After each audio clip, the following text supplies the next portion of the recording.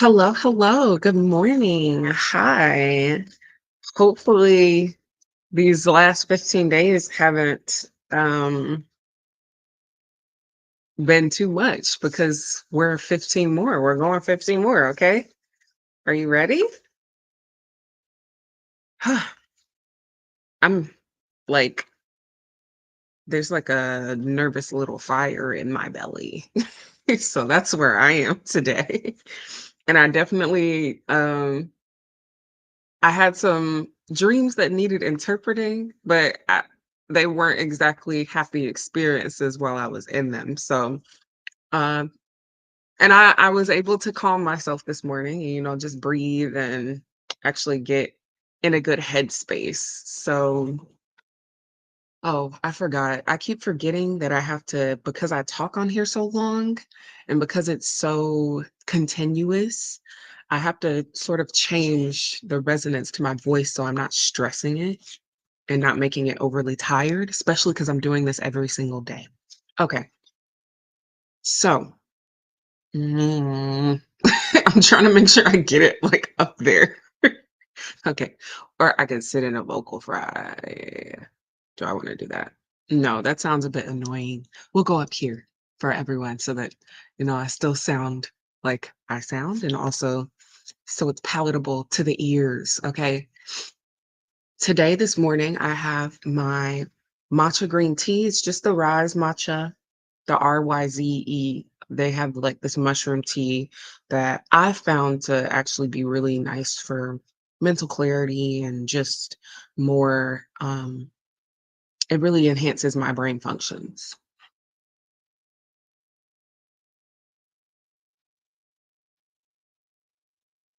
Okay. Today is day 16. It is September 17th, 2024. If you're watching this in the future, that's when I did it. So at this point, okay, today definitely feels like it's something. It's today. So I'm just gonna keep going. Being me, keep going. Okay. So the first thing we're gonna do, because I woke up kind of like not in the best of moods. Well, not even in the best of moods. I woke up with different challenges and triggers, and I was able to cope with them and, soothe myself in ways that I definitely wasn't able to in the past. So that was nice. That was really, I'm grateful for that. Gratitude. Okay. So we're just going to start with my daily gratitude, our daily affirmations, our daily appreciations, just to continue this nice headspace.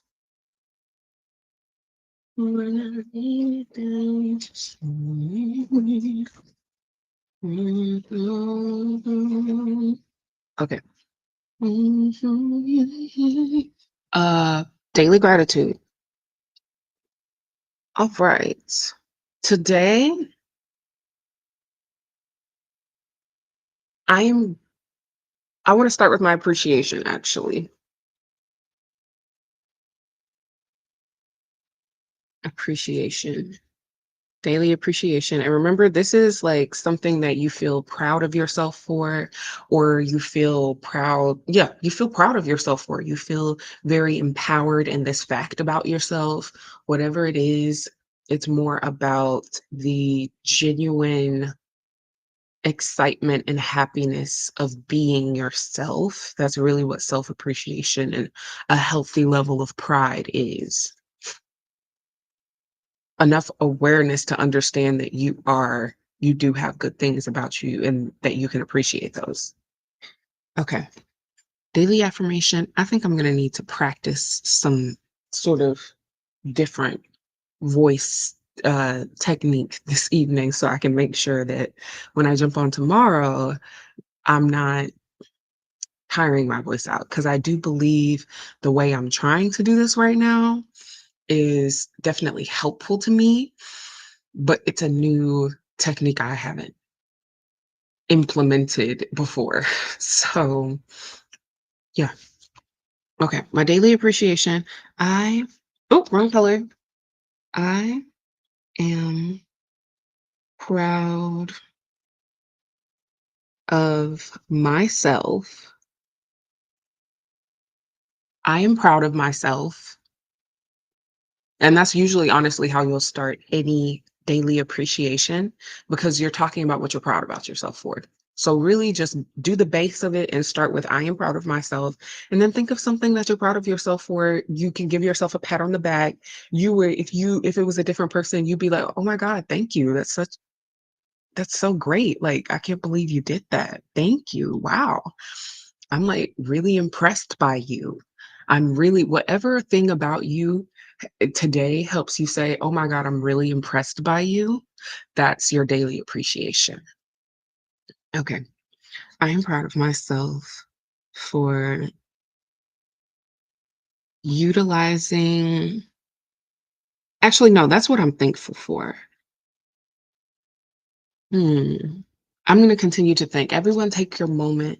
Think of what you're grateful for, appreciative of, and I'm going to give us a little moment of just some silence. We can actually think about this, okay? And then after we get done with our daily gratitude, appreciation, and affirmation, we're going to jump straight into day 16, right? Okay. So I am proud of myself. Am grateful to have tools and resources to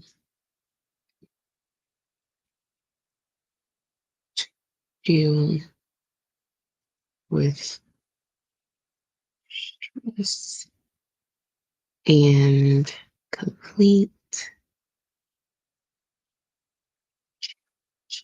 Ooh, I like that. Okay, I finished my gratitude first, actually. So I think I needed to write down my appreciation, like start writing it to understand what I'm actually grateful for. That's why I kind of like to do them simultaneously, if not one right after the other. Uh, and they all really inform the journey that my mind and my mentality is headed on for the day. So, yes, yes, yes. Okay. My daily gratitude. I am grateful to have tools and resources to utilize to deal with stress and complete challenges in my life and move through challenges. That's what I really wanted to say. Move through challenges. Yeah. I'm proud of myself for knowing me, my needs, and living in truth with myself, my visions, and my needs. Perfect. Okay. For my daily appreciation, I am proud of myself for knowing me, my needs, and living in truth with myself, my visions, and my needs. Now, for the daily affirmation,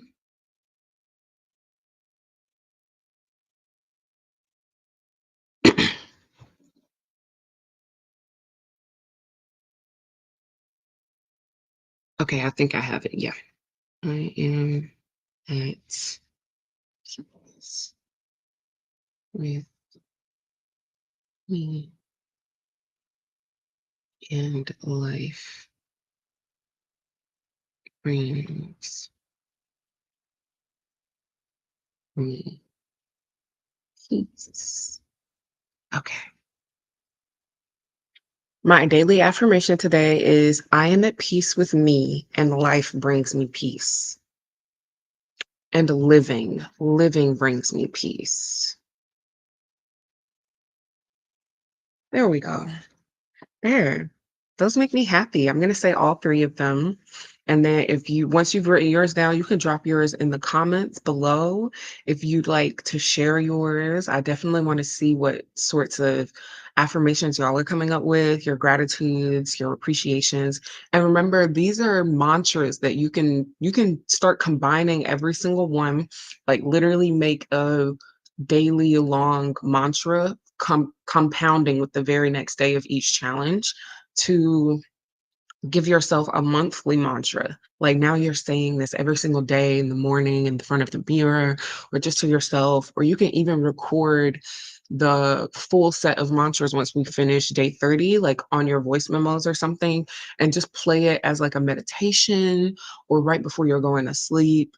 It can be beneficial and really help you specifically because you've written down mantras and affirmation statements that actually target the things that you need and the things that actually make you more aligned with yourself. Okay. So now we move on to day 16. I think day 16's prompt is really fun. And it's definitely what one of the types of questions that you would maybe see in like a random journal outside that you just pick up that has a bunch of prompts in it. Um, I feel like this prompt is definitely going to show people how to actually use and analyze the writing that you have when you do journal. Because it's not just something, this isn't just an analysis process that you can only do with this free 30-day challenge. You can use this analysis process with any journal, any prompt you come up with, and you can still dive really deep into yourself and actually gain a lot of knowledge. So, here we go. And I do want to start today and the rest of this challenge with reading our pledge from day one, just to really remind us why we're here. And we say it 3 times, just like we did the first day. So here we go. The challenge for this pledge, or the pledge for this challenge, this free 30-day Get Ready for Change challenge is I pledge to commit to spending intentional and fully present time with myself for 30 days. I pledge to commit to spending intentional and fully present time with myself for 30 days. I pledge to commit to spending intentional and fully present time with myself for 30 days. That's it. That's the pledge. And we've been doing it for 15. So we're up to day 16. Here we go. All right. Oop, 15. Okay. And I did do my I am grateful. In your like section of things, definitely write down, the different keep your notes organized for yourself so you can be able to look back on them and understand what parts of each challenge you were even doing or talking about. And I did mean to write this um, while we were all writing our affirmation statements, but go ahead and take this time to write down the prompt and just read it to yourself before I even read it. It's right here. Just take your moment to do that as I go ahead and write these in here.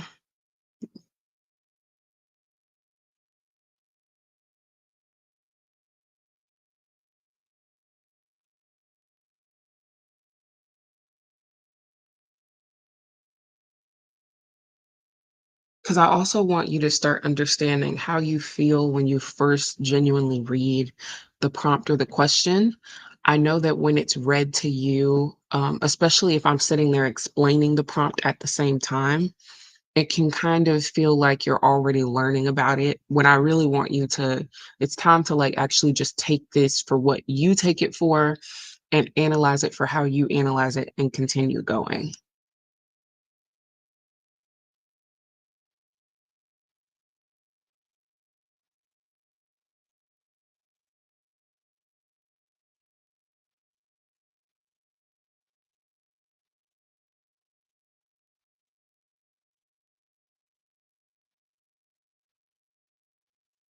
Just another moment. I'll give you guys to write that down, and then we're going to jump right into it.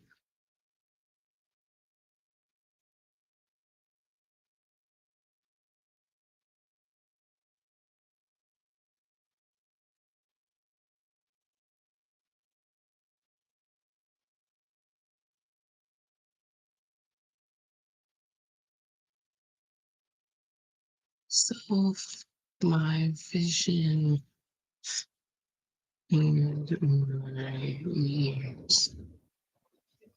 Period. Okay. So now that you've written it down or put it in your voice memos, however you're tracking, put it in your notes. Today's daily prompt for this free 30-day challenge of the Get Ready for Change challenge.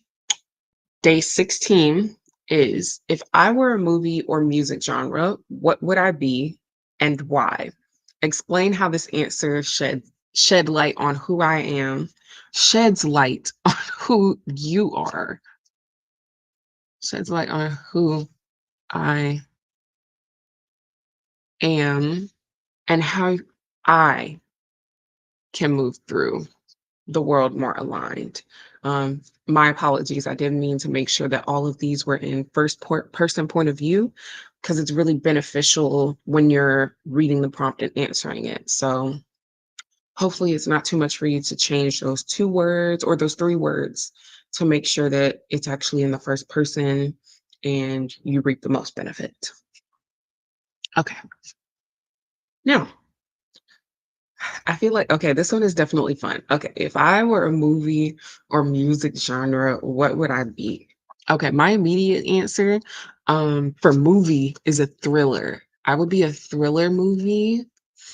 And then music wise, I would say me as a person, if I were a genre.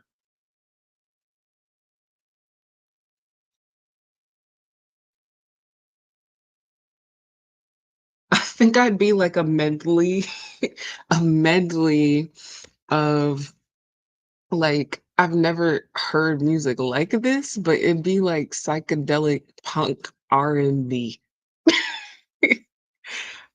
which is this is also just goes to say, bruh, you can literally make up your own genre that like kind of is a melting pot of things, because this is all about just understanding who you are, uh, and the things about you that make you shine and that people actually see out in the world. So I would say for sure, if I were a movie, I would be a thriller, and if I were music, I would be that. Now, I have to say why. And for the thriller movie, why? Um, I like surprises, and I also kind of like to test or just see what people do under stress. That's not to say I put them in that stress. More so, I may observe if they are already in that stress. And stress just means like literally surprises. It could be like somebody is, if I'm like crossing the street, right? And I see somebody is like on the other side and their button doesn't work. It's not changing no matter how many times they like press it, and they're like, oh my God, what am I gonna do? The street is so busy. Like, I like to observe just any situation of people problem solving or just trying to get through challenges where they feel like, okay, I may not be able to get through this, but if I don't, I'm definitely going to stay stuck here. So that's kind of how I feel I'm related to thriller movies, and that it actually, how I'm similar to them, really. I think another one would be, I I actually really love the dark colorways. I like the dark colorways of um or the dark color treatment of these thriller movies. And I think that just goes with like thriller movies are kind of technically like superhero movies, but with like dark music. Because you're either rooting for the people who are running away from whatever is happening, and the people who are trying to like get out of this thriller situation, you're either rooting for them, aka the heroes, or you're rooting for Jason Bourne, or not Jason Bourne, Jason. But you're rooting for the guy. So it's like it just feels like the color treatment of those movies kind of takes the black and white view of things out of perspective, and it kind of just puts it in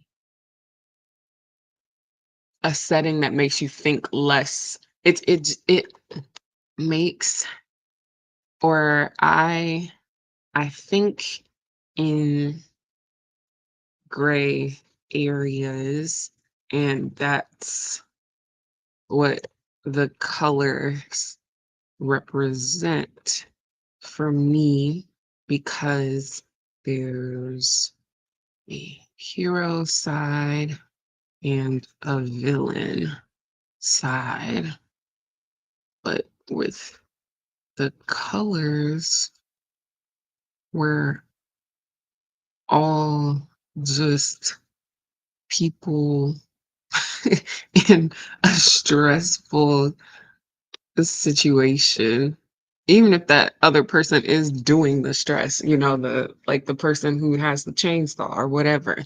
So yeah, that's how I feel I'm related to movies, and why.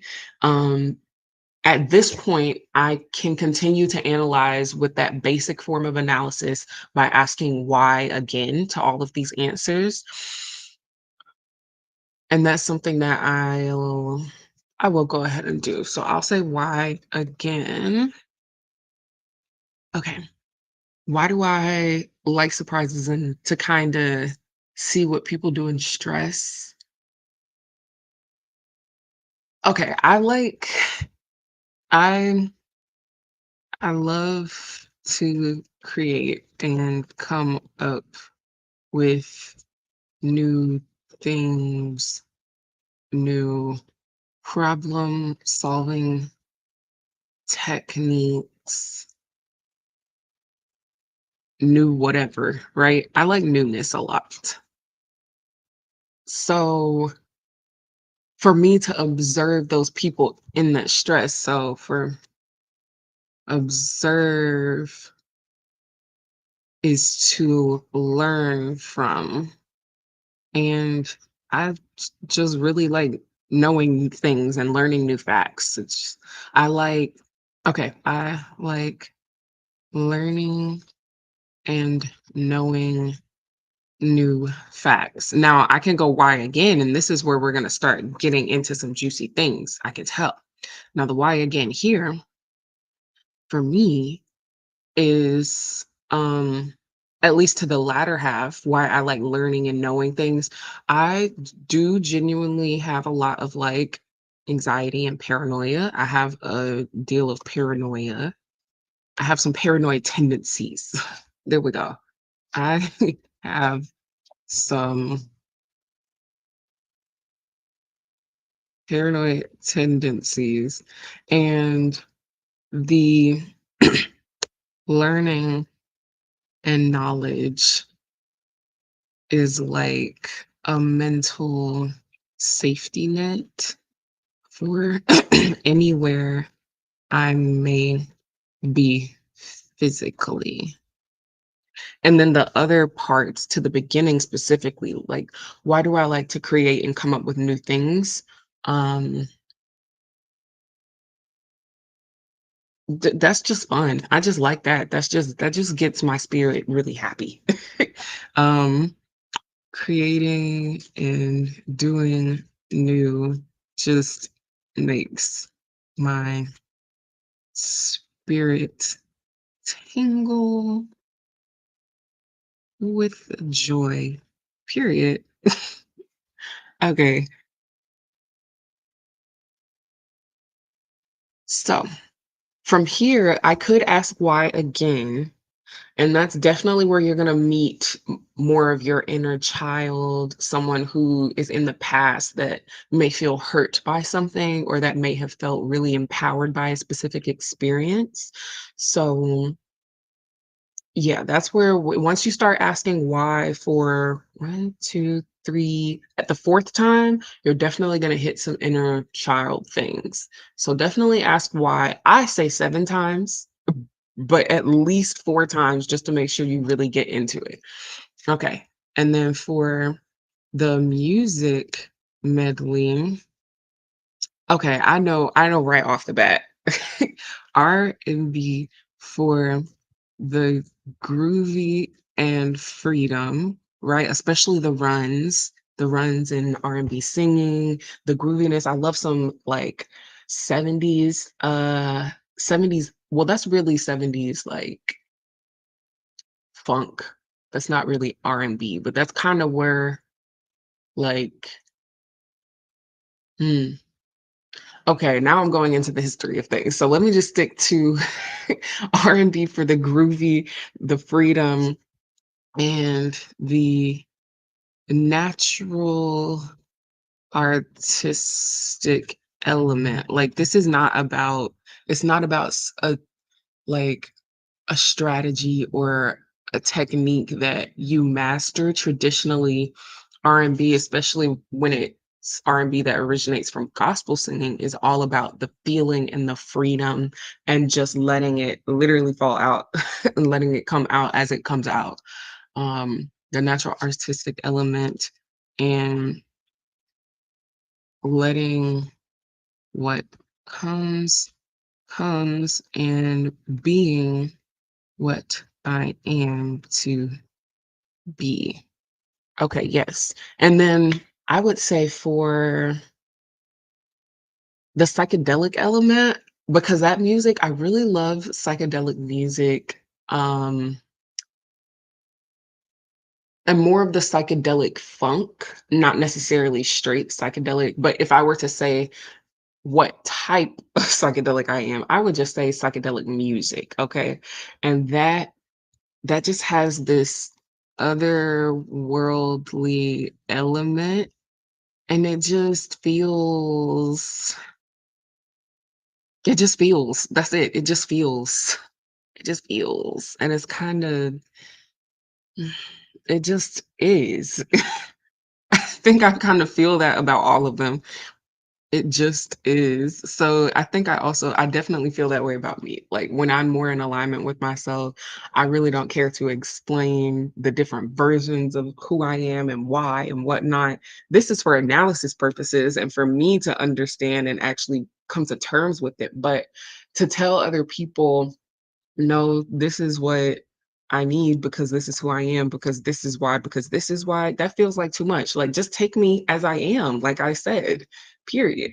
But the people don't really usually take and accept. They really like to see and project expectations or just different views instead of accepting. And that's something I've been coming to terms with myself, realizing that because I've been placed in so many different environments where it wasn't exactly totally accepting. It was really, no, this is what you should be doing, like really trying to push and mold when really there just needs to be an acceptance.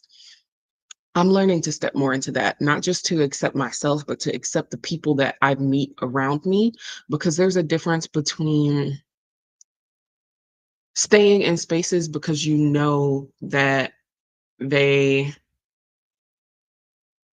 are set up a specific way and you just feel like there's nothing you can do about it. That's not really accepting what something is. You're waiting for either that situation to change when you know it isn't, or you're hoping that maybe you can change who you are so that you can feel better about being in that space. Once you've accepted that a space doesn't necessarily have all you need, you realize, oh, okay, I'm going to go somewhere else. That's acceptance. And I think a lot of people have confused accepting what something is with accepting it into your life, and they're two different concepts. Um, two very different concepts. I definitely was learning that for about a whole year. Two very, very different concepts that I didn't really want to get into my brain. I was like, "No, I just don't understand. Why can't I? Why can't this? Why can't the" but no, there's an acceptance that needs to happen so that you can move and be fluid in who you are. Okay. What else about the psychedelic do I feel? Hmm. Oh, I didn't even for psychedelic, oops, psychedelic music.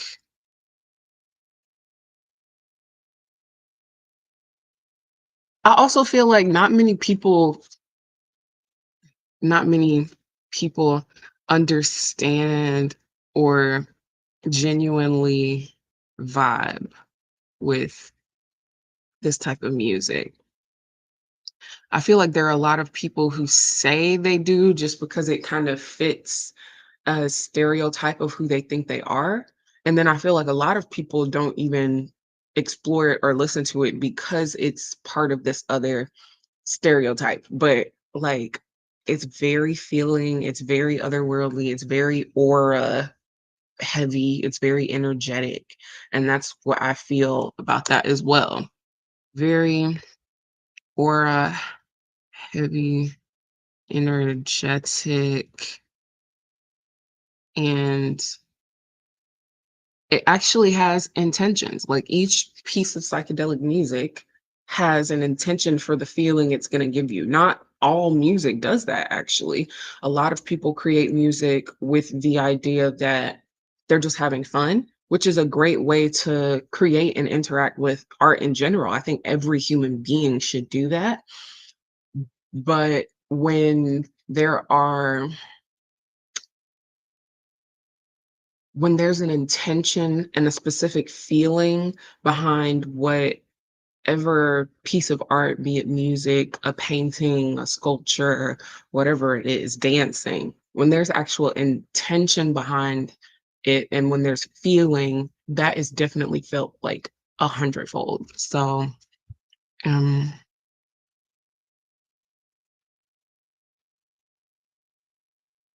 yeah. Okay. Now, with this basic analysis, like I just showed you here in this first one, you just ask why. That's what we did with the thriller movie. Now, for the second form of analysis, which is the one where we talk about our feelings when we were reading it, our unmet needs, we list any thoughts that make that may have been negative and whatnot.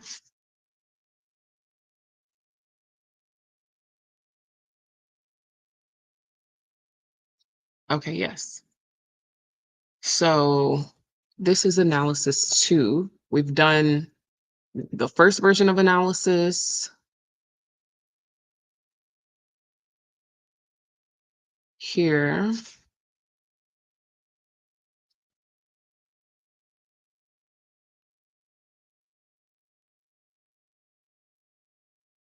Okay, there. Now you can see it. This was the first analysis. We asked why. That's literally the base to this first type of analysis. It's the simplest one. You could still probably complete all of yours in um probably, I would say, less than 30 minutes. You'd be able to commit time to this every single day for 30 minutes, and you'd be able to completely analyze and get the most out of answering a prompt instead of just answering it. Now, this second form of analysis, I'm going to use, hmm, yeah, I'm going to use the R&B for the second analysis. Control copy. Okay.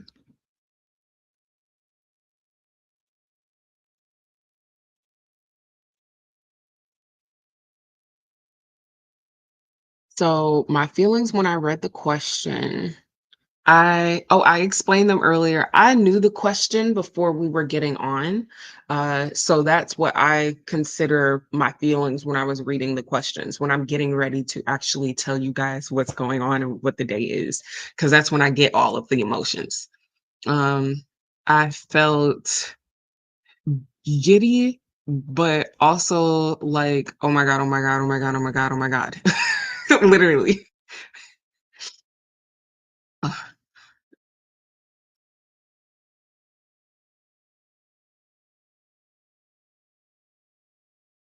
Yeah, I was, like, kind of, like, internally freaking out just a bit because I feel things shifting for me energetically. I was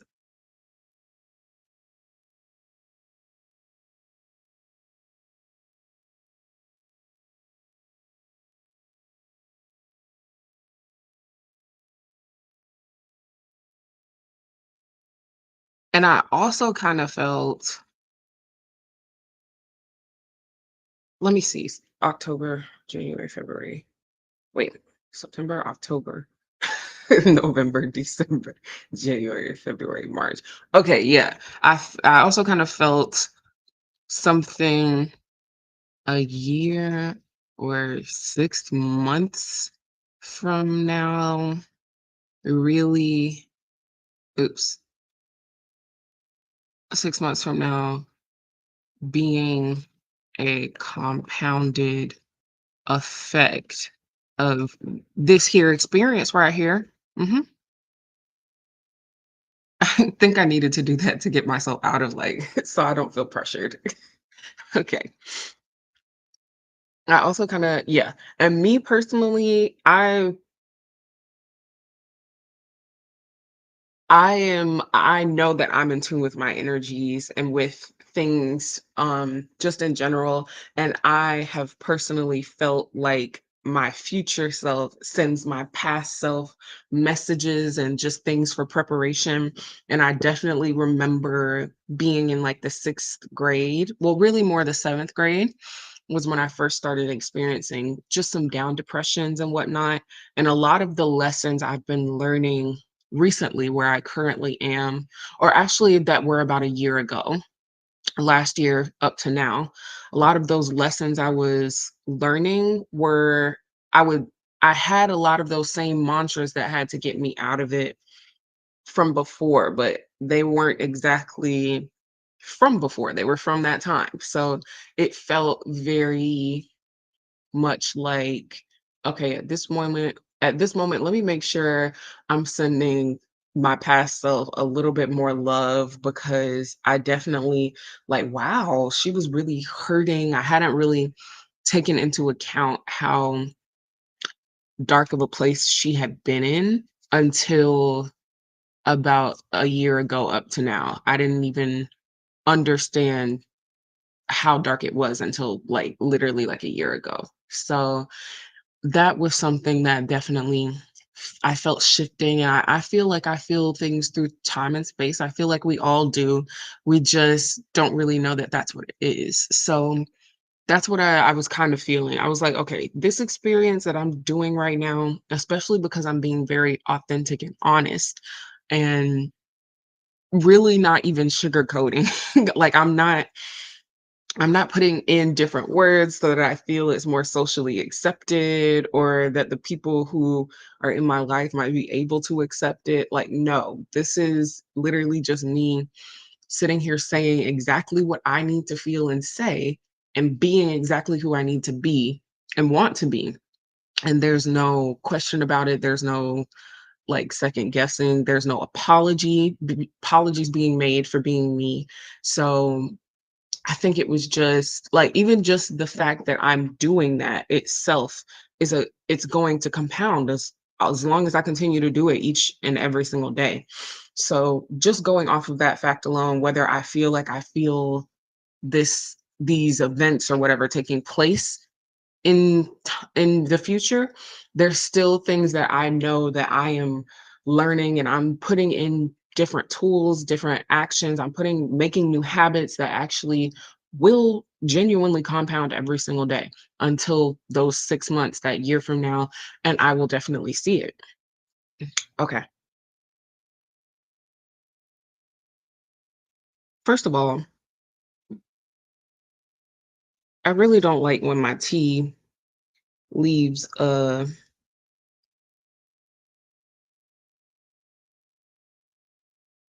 I don't like when my milk separates, actually. I think the milk started to separate. It started boiling. It's an oat milk.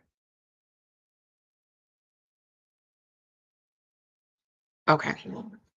Now, my feelings when answering, I was just excited and also wondering how I would see my answers or if I would say the same thing a year from now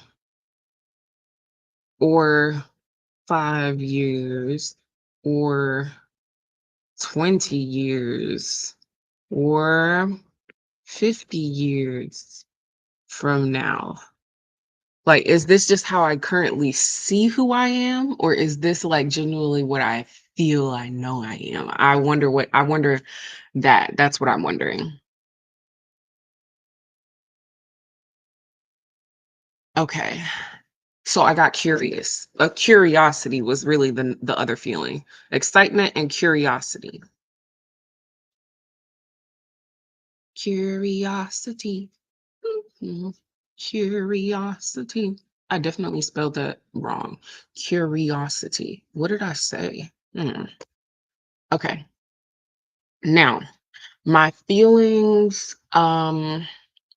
okay, we didn't talk about any specific moments or anything. This question only relates to if you talk about the first time you ever felt those feelings and if you're going to analyze all the way down there. So this actually goes with the third part, the third type of analysis.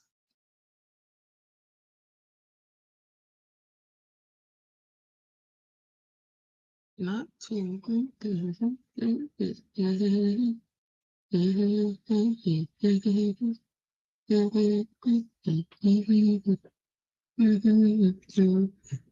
Okay, so list an intrusive thought that makes negative feelings around this topic specifically.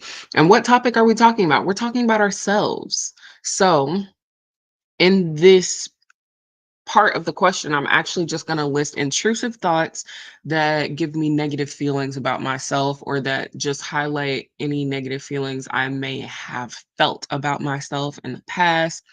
Anything like that. Any intrusive thoughts that literally beat you up or are basically your inner bully, you're going to write those down. We're just going to list three or one to three. I wouldn't say more than that right now. If you're gonna do any more than that, I would suggest coming back to this day on a next day and continuing on. But yeah, so um I'm actually gonna take some of the ones from before that I didn't analyze on a different day that that were basically surrounding around this same topic. I used that one. Okay, I didn't use this one.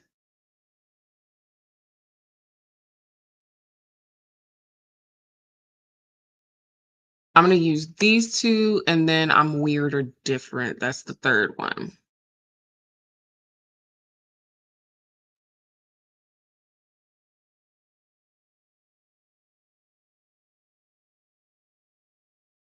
Okay, so now that we have those, here's what you do with your intrusive thoughts. You're gonna give each of those phrases new meanings, and instead of saying, um, like I'm weird or different in a negative sense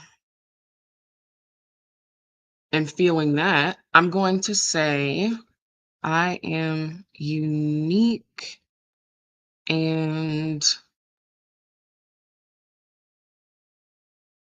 hmm.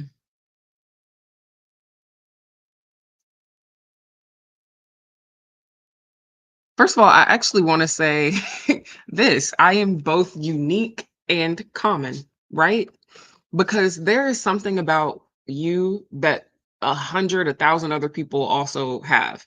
But in combination with all the other facts about you, all the other feelings about you, all your life experience, everyone is individually unique, but we all have things in common with every single human being on this earth. So instead of I'm weird or different, I'm just going to say I am both unique and common. And the feeling that I'm going to give to that is this sense of acceptance about being a human, an imperfect human in an imperfect world. That's a new feeling I'm giving to myself and to this phrase. Instead of when the phrase pops up, it may go, "You're weird," or "You're different," or "That's kind of wild. Like, would you really like ew?" Instead of thinking that, or when it does pop up, I go, "You know what? No, cut that out. I am both unique and common, and you know what? I actually I feel good about this fact. Like, I know that it just means that I'm a human, an imperfect human in an imperfect world, and I'm doing my best." So that's an affirmation. We're going to come up with an affirmation to help instill this new belief. I am an imperfect human in an imperfect world, and this brings me peace. Yeah. So that's how you would literally go and actually do your second type of analysis. If you're not actually, if you want to spend more than like 30 minutes on yourself, you have like 45 maybe. Or if you just know that, you know what, no, this specific topic, I need to like really analyze. I need to really get down to it because this is a recurring problem, a recurring thought. This is a recurring pattern, a cycle that I'm in that I don't want to be in anymore. So let me find the stopping point where I can shift and do differently. Now, for the other one, I can't recharge. Instead of I can't recharge or I feel like I can't get a break or um I feel like the world just keeps spinning around me like it never stops. Anything that's sort of similar to that, I would say you can definitely combat with this next statement. So I was thinking I can't recharge or like this is too much, even like the time commitments that are being made, whatever it is. Instead of that, I'm going to say I am, oops, I am allowed to recharge. And that way we stick a little bit closer to what that original phrase was. Or if you were thinking like this is too much or like there's so much to do and I don't have enough time. Anything that may be sort of like that, you can definitely kind of just take out that can't, replace it with a word that empowers you and go from there.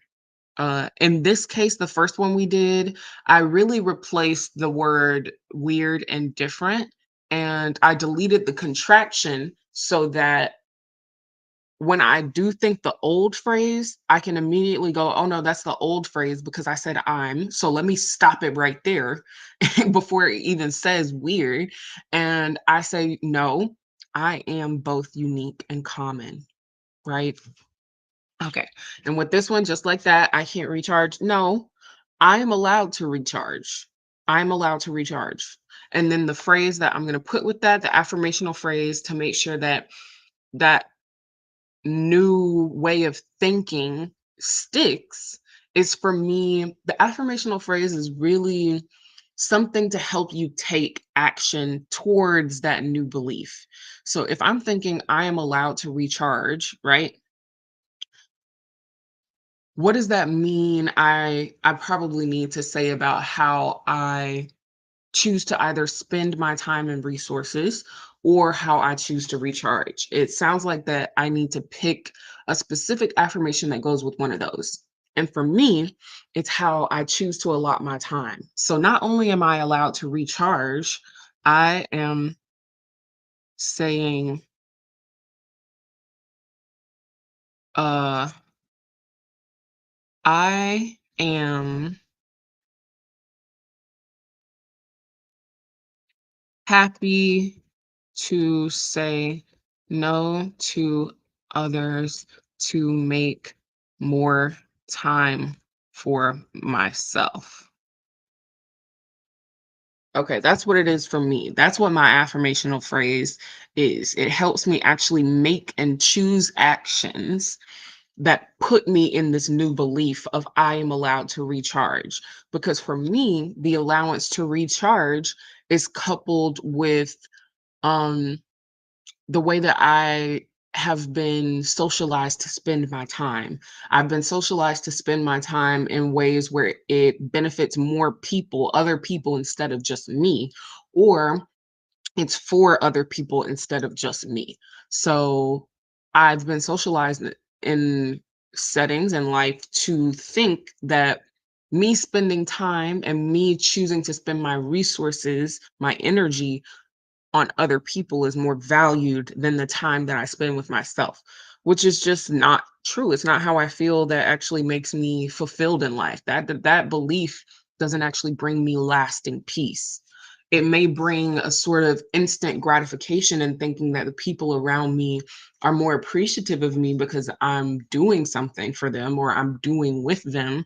But in the end, if for me to be fulfilled, if the people around me aren't okay with us just being, or for me to just go off and be sometimes, then that means that these interactions aren't exactly completely fulfilling.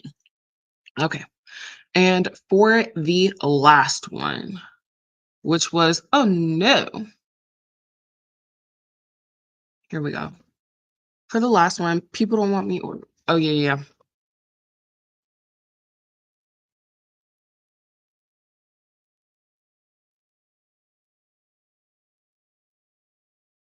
Okay. That sounds more like if I'm saying, uh, in my brain, right? Uh-oh. Oops.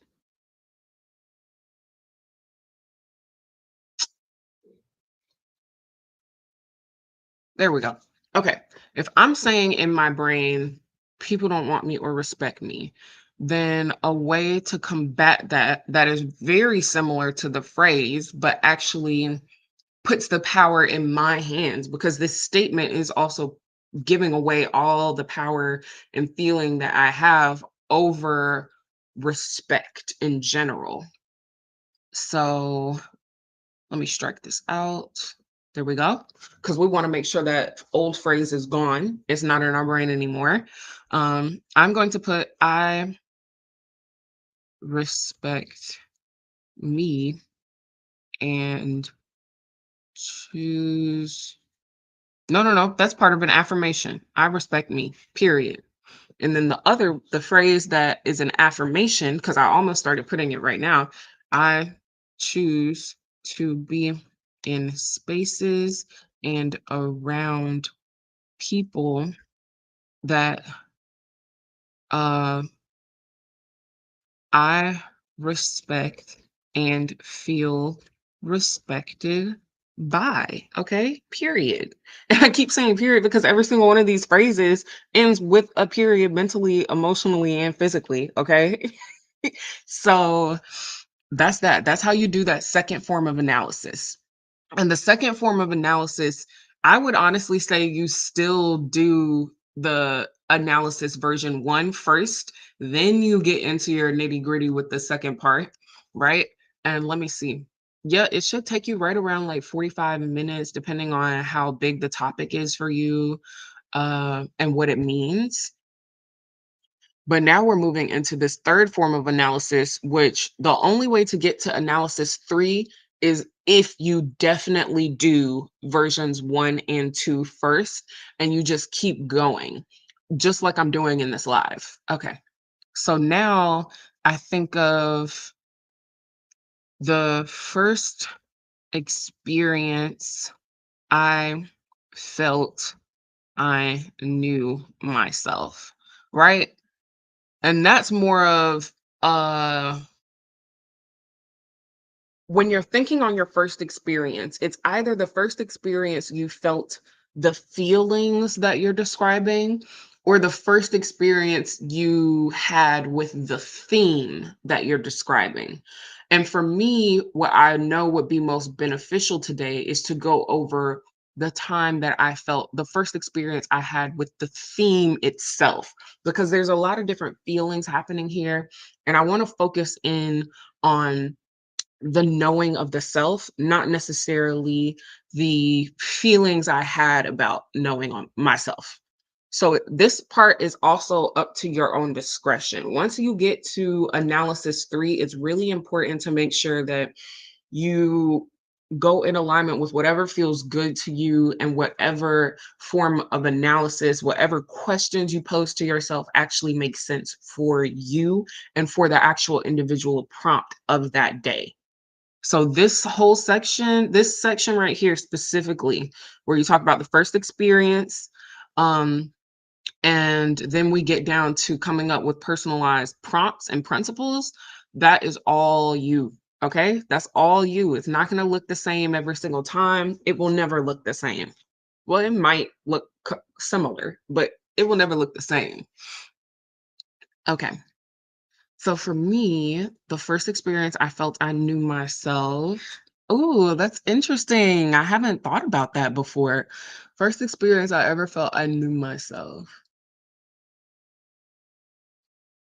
I know what it was.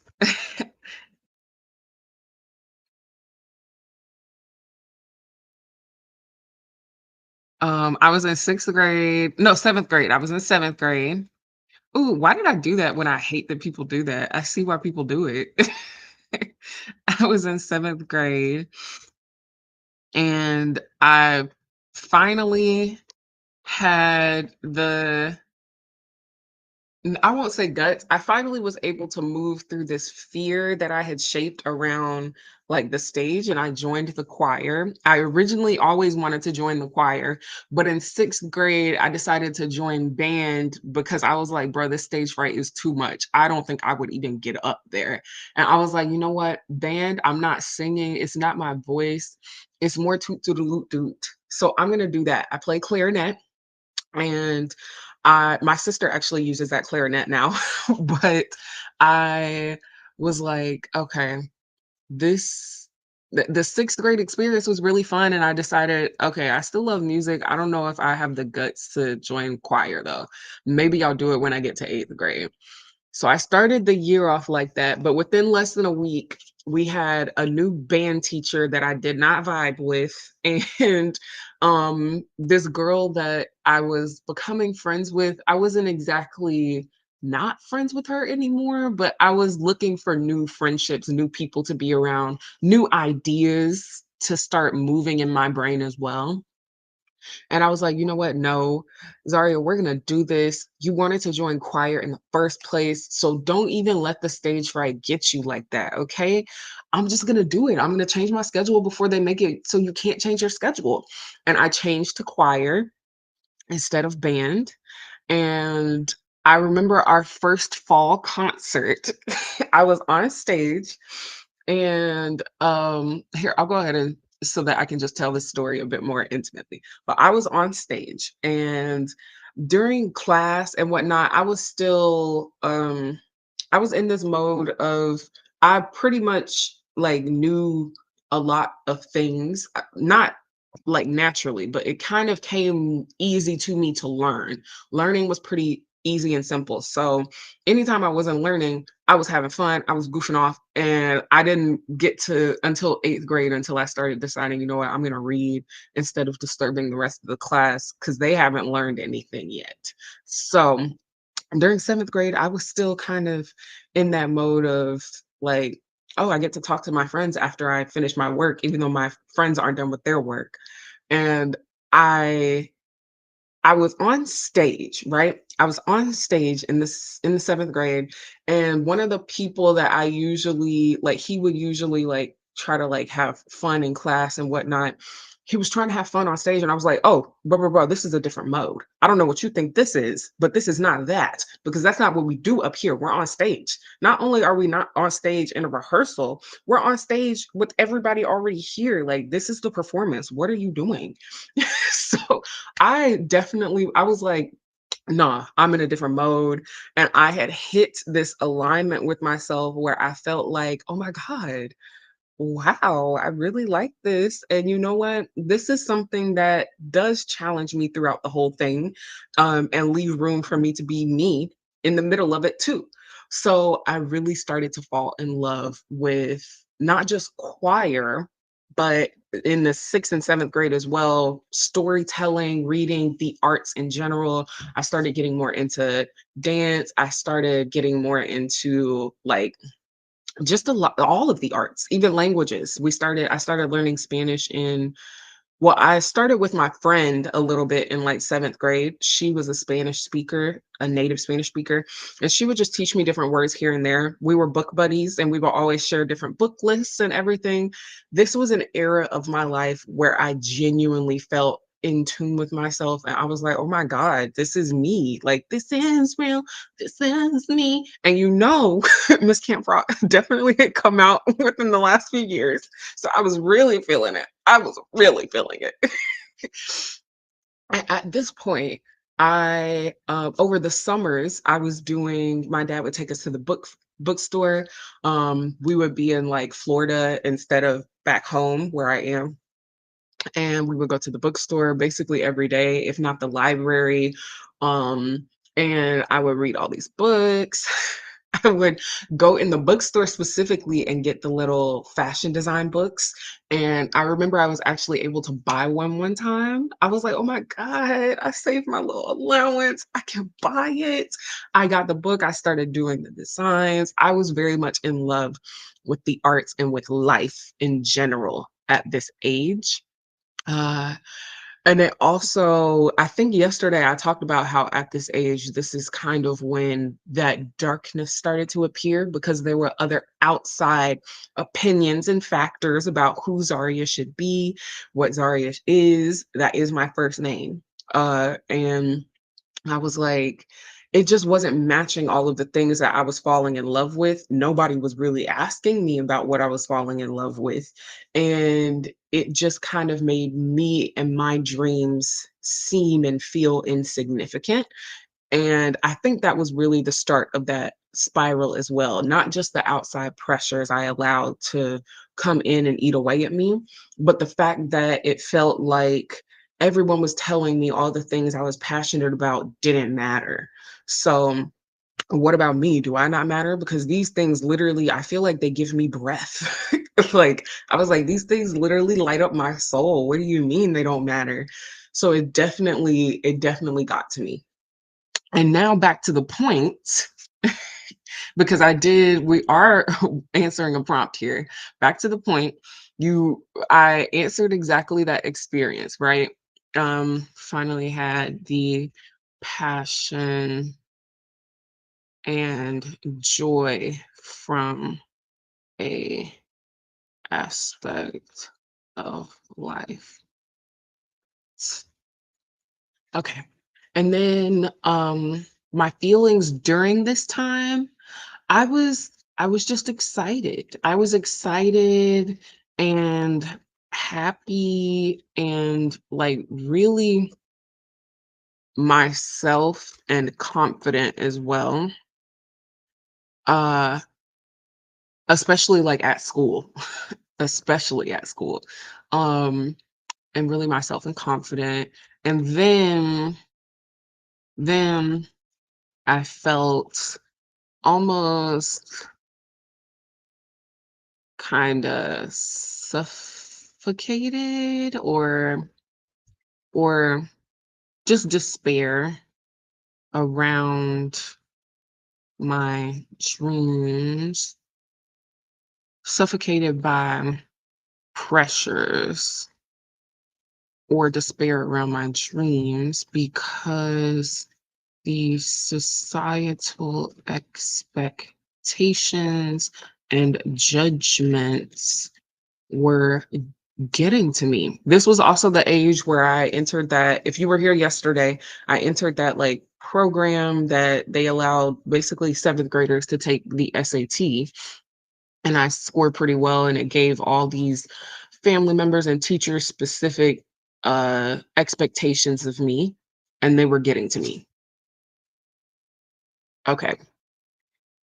So from there, the age I was, let's see, in 13. This was also when I went vegetarian in 7th grade. I went vegetarian in 7th grade.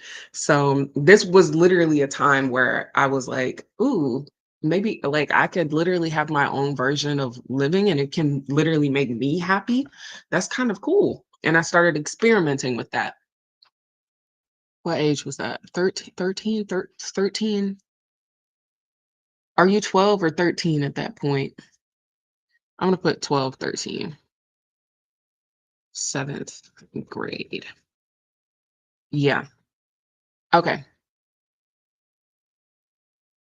My emotional needs at the time definitely needed some curiosity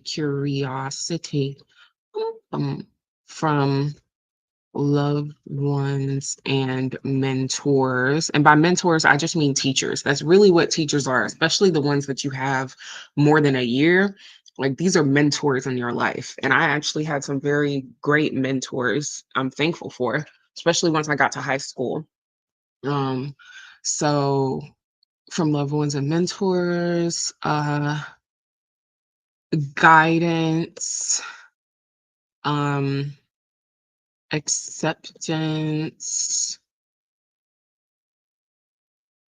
discovery in my own, like myself discovery I was doing. Um, yeah. Okay, so then needs on ooh, Jesus. I slept on my like shoulder wrong. So bending my neck a little in one position is like not the funnest. Okay. Needs that were unmet. I would definitely say the curiosity level, the acceptance level, and the guidance levels. Oh, I didn't even mention things that were met. So I do need to mention those. Emotional needs met at the time. That's what I meant to put here. I was definitely gaining social acceptance. Like in school, I definitely had not just friends, but I also had different people who were interested in being my friend or interested in the different types of things I was interested in. Um, so more social relationships,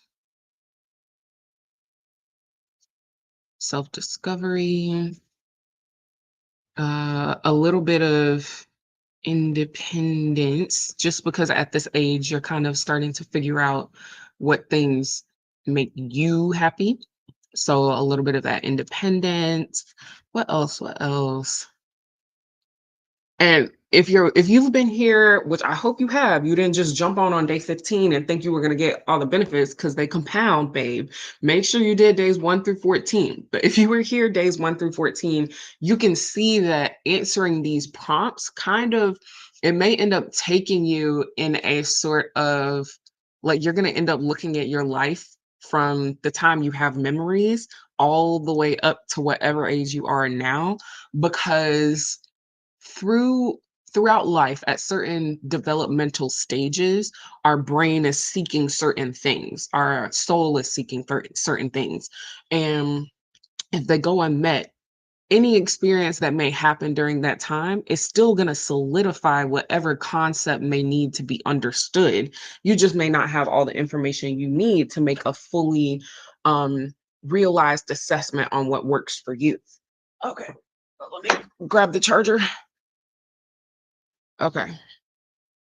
That's why we definitely do these one day at a time in order, and you really start analyzing every single one because you're going to end up kind of reframing all these different concepts in your life, all these different points in your life that felt so, whether it be detrimental or just impactful, you're going to be able to reframe them to make them work for you. for you now. Whatever version of you now it needs, that's what you're gonna be able to do. Okay. So my emotional needs being met now in this regard, I'm definitely doing a lot of self discovery lately. Like I know what things I'm actually more interested in these days, what things I like to do. My sister recently, I think it was last summer, over the summer, she got this mushroom identification book. Oh no, she got it for Christmas last year for herself. And she has this mushroom identification book. Like you can literally like identify just mushrooms everywhere. And I also have a garden right now, and I'm growing a cantaloupe. And on my beanstalk, one of the beanstalks, I was growing some cowpeas. One of the beanstalks, there was this weird looking fungus, which it was a mushroom. And I was like, that's kind of wild. Something that would be really interesting to do is kind of see if we could identify that. So anytime there's like a mushroom in the yard, I find it interesting, she finds it interesting, so it's something we can do together. It fulfills me on my curiosity needs, on my self-discovery journey, because I'm realizing that I like to identify foliage and just different things out in the world, different plants. So that's something self-discovery wise, but it's also something that influences our social relationship, and it actually bonds, like it's something we can do together that is a bonding experience for us. Um, so I think making sure you know what needs you need to be met at whatever moment in time that you are can help you identify the different actions you can take. Like one of the reasons I know that instead of just me asking for her book and going to identify it myself, that I could ask her to, if she wants to do it too, is because it's been my intention to make sure that my social relationships are more fulfilling. And that means that whatever bond we have, it needs to be in a way that is fulfilling for me. And I prefer to have really intimate or intellectual conversations. And if we're not, then I prefer to sit in silence and just bask in the energy of each other. I really don't like small talk. I don't appreciate talking about nothing. It's not fun to me.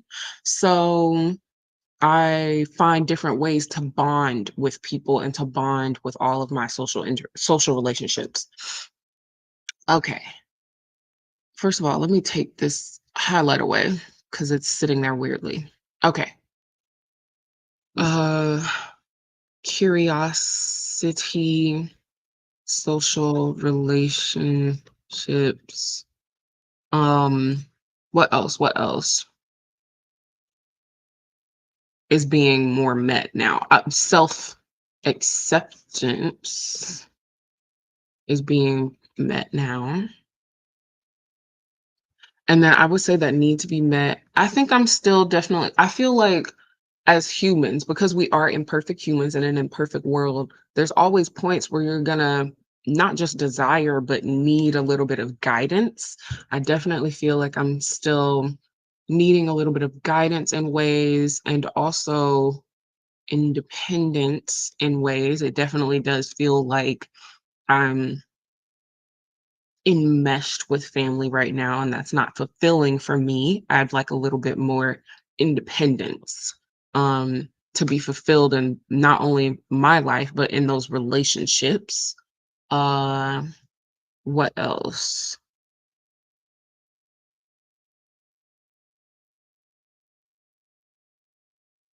Mm, environmental support, or what I also mean is environmental match or alignment.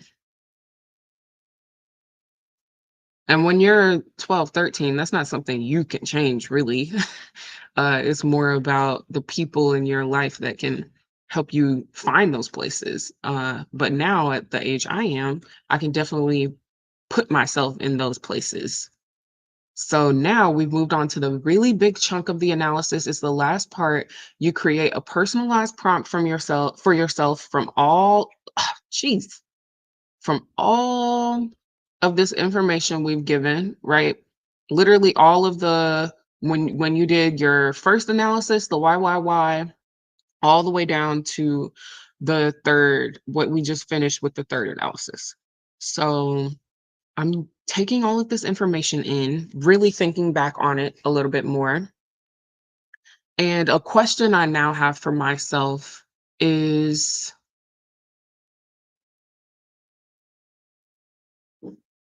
hmm, okay, a question I now have for myself, something about possibilities and alignment and environments. Um,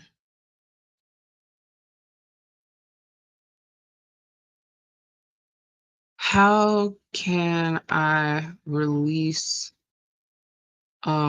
limiting beliefs around myself to be in more aligned environments? Or not even how, what limiting beliefs are, what limiting beliefs about myself can I release to be in more aligned environments? So that's my question. And something that is a question for my inner self to help my present self.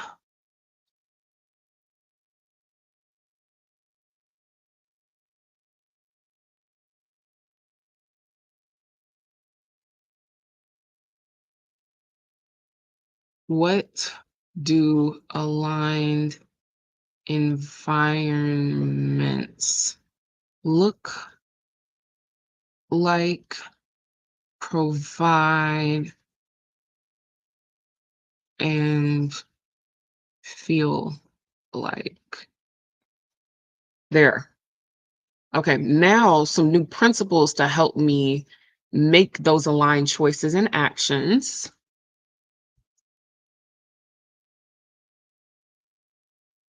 I am deserving of contentment in life. I am,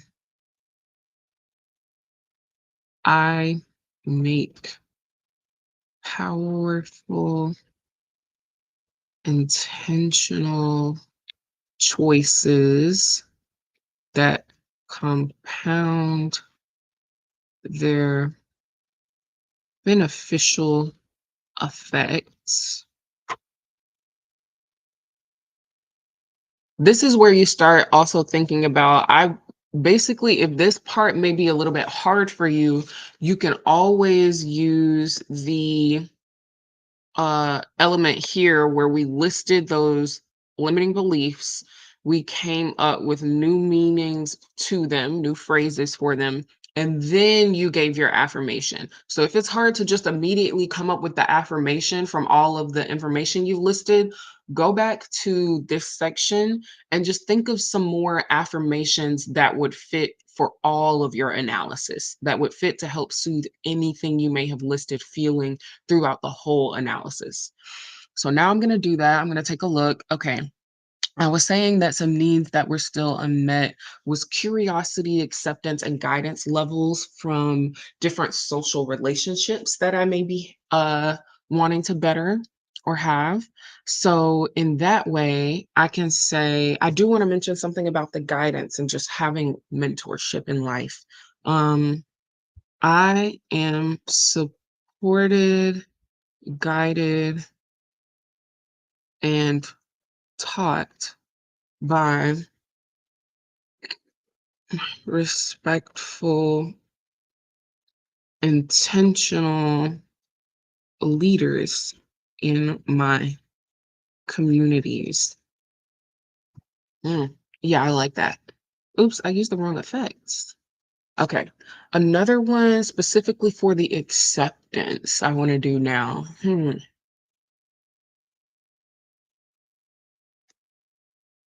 I am happy to remove myself from spaces that are unaccepting or disrespectful. Yeah, I'm happy to remove myself from spaces that are unaccepting or disrespectful. What's another one that may specifically go with? I want to specifically address needs that were unmet at that time and needs that I feel I still need to meet right now. Um, the independence. I have all the resources, skills, and wait, knowledge and support I need to live my own version of life contentedly. Yeah. Okay. And then another one for the for yeah, I do want to list one more, probably for either the environmental support, uh, because I think I did something more for the environmental alignment. I effortlessly end up in spaces that fulfill me, fulfill and enrich me.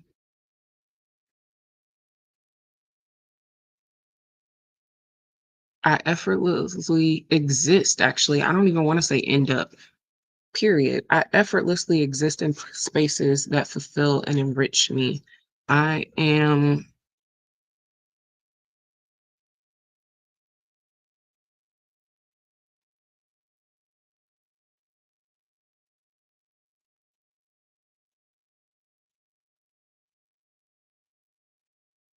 hmm. Okay, there's one more that's kind of like right here for me. I really want to get it out. Oh, someone's calling me. I have to call her back. I am allowed to exist in my own right as who I am.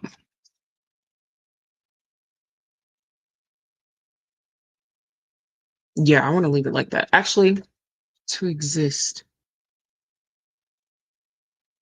There. I'm allowed to exist as who I am. Okay.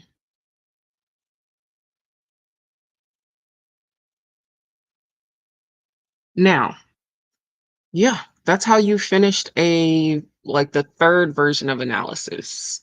And the third version of analysis is just compounded from one and two. So you would do one, two, and three. And there we go. That's how you do a full version of the analysis, whether you choose to do just um analysis version one, the whys, or you choose to do the second form of analysis where you actually start to soothe and meet your inner child, or the third version where you soothe and meet this new you. That's really what all of these different versions help do, okay? And I'm grateful that you guys stayed and actually reap the benefits from this analysis. I'm going to go ahead and share just a little bit of the origins of this challenge for you guys one more time, or not even one more time, because I'm going to say it each a few days in a row.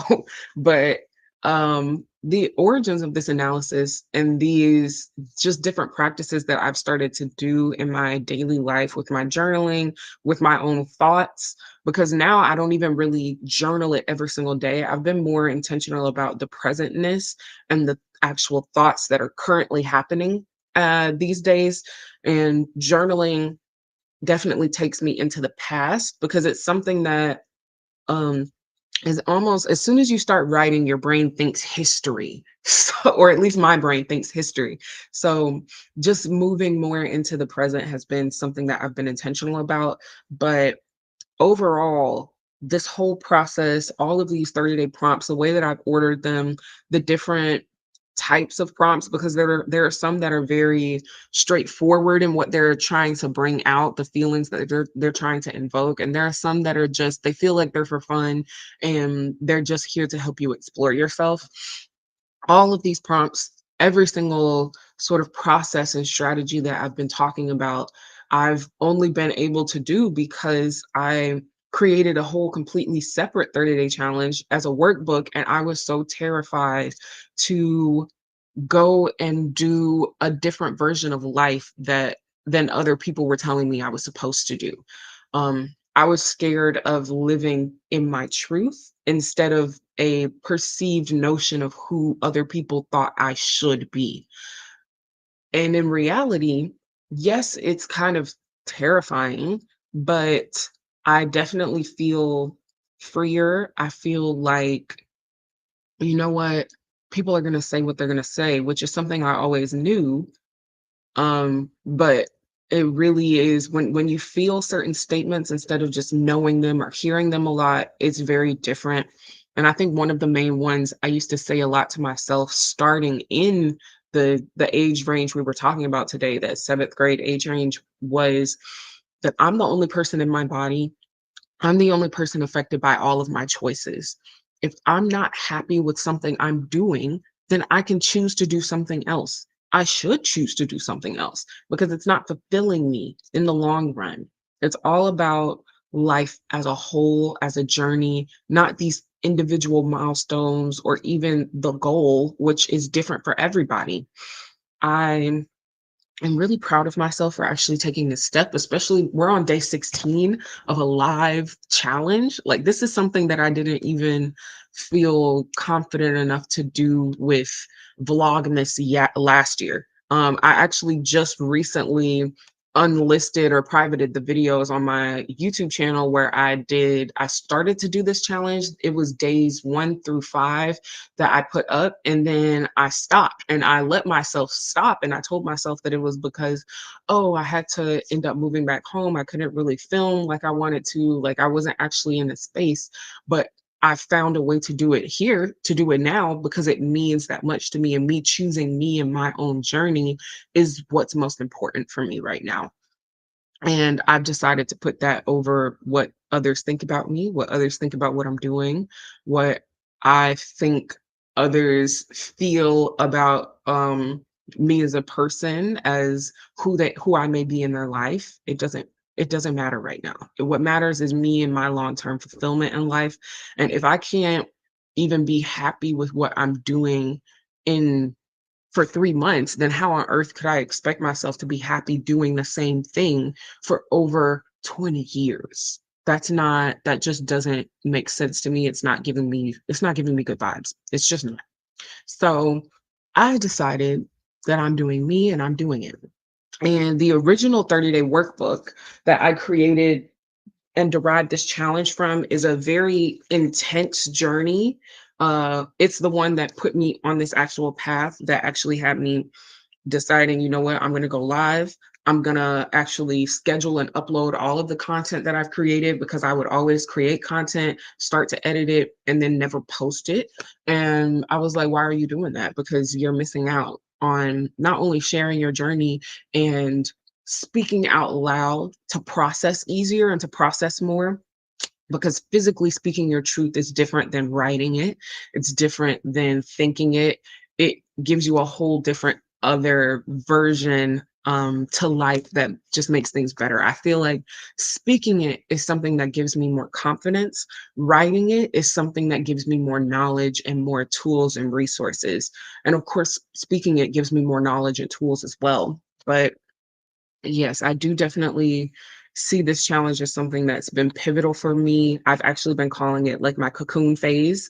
I'm in this period where, or not even it's almost kind of through. I'm kind of almost done with that itchy uncomfortability that comes with that thick transformation. You kind of get turned into this goo inside a chrysalis, just like a butterfly. It's very uncomfortable. It's not cute. And all of a sudden, things seem to just be miraculously beautiful once you come out of that cocoon. But really, the cocoon was the thing that changed everything, whether people want to admit it or not. The gooey, icky ugliness, the nasty parts, that's what changed everything for you to be able to even be that butterfly or whatever, like, beautiful moth that you've become. We have a lot of monarch butterflies coming through right now, because we have milkweed in our yard that I didn't even know about until this year. I was like, oh my god, we have milkweed, the butterflies are coming. And I started to see more than just one or two the other day, so that lets me know the swarms are going to come soon, so I'm really excited. And it's definitely something I feel I'm relating to, and I'm excited to see them go into their chrysalises, if they do it here. I know a lot of them, they actually only stop through here to eat, and then they continue on. None of them really stop here to do their chrysalis thing. Uh, we don't really have caterpillars here, the monarch caterpillars. We just have the butterflies that come through as they're migrating down through to Mexico. So, yeah. Thank you for doing this for you. Thank you, ZRJB, okay, for doing this for me. Because we definitely come far, and I'm definitely proud of where I am. This is definitely a message to you. I feel like every time I actually do any of these videos, I'm really just doing a message for you in the future that you're going to come back to see and click on. And yeah. I also just wanted to help as many other people as possible. I think that's definitely part of I'm very community oriented, but I also, like I said, was socialized to do for others before I do for myself. So I think part of one of the reasons it made this a little bit easier for me to dive more into myself is because I've kind of tricked my past self into thinking we're doing it for other people. But really, it's all for me. It's all for me. And I'm actually glad and happy about that. I don't feel selfish saying that. I don't feel like it's wrong to say that. This is for me and my life and me to actually feel not just more confident, have more skills, have more resources. This is for me that I've decided to do this. And I'm actually very proud and happy that I'm continuing. So, with that being said, thank you for joining for day 16. And it's time for me to go. I gotta go. I'm gonna drink more of my tea as well. I didn't even finish it. Mm. That's wild. I wonder if y'all saw that.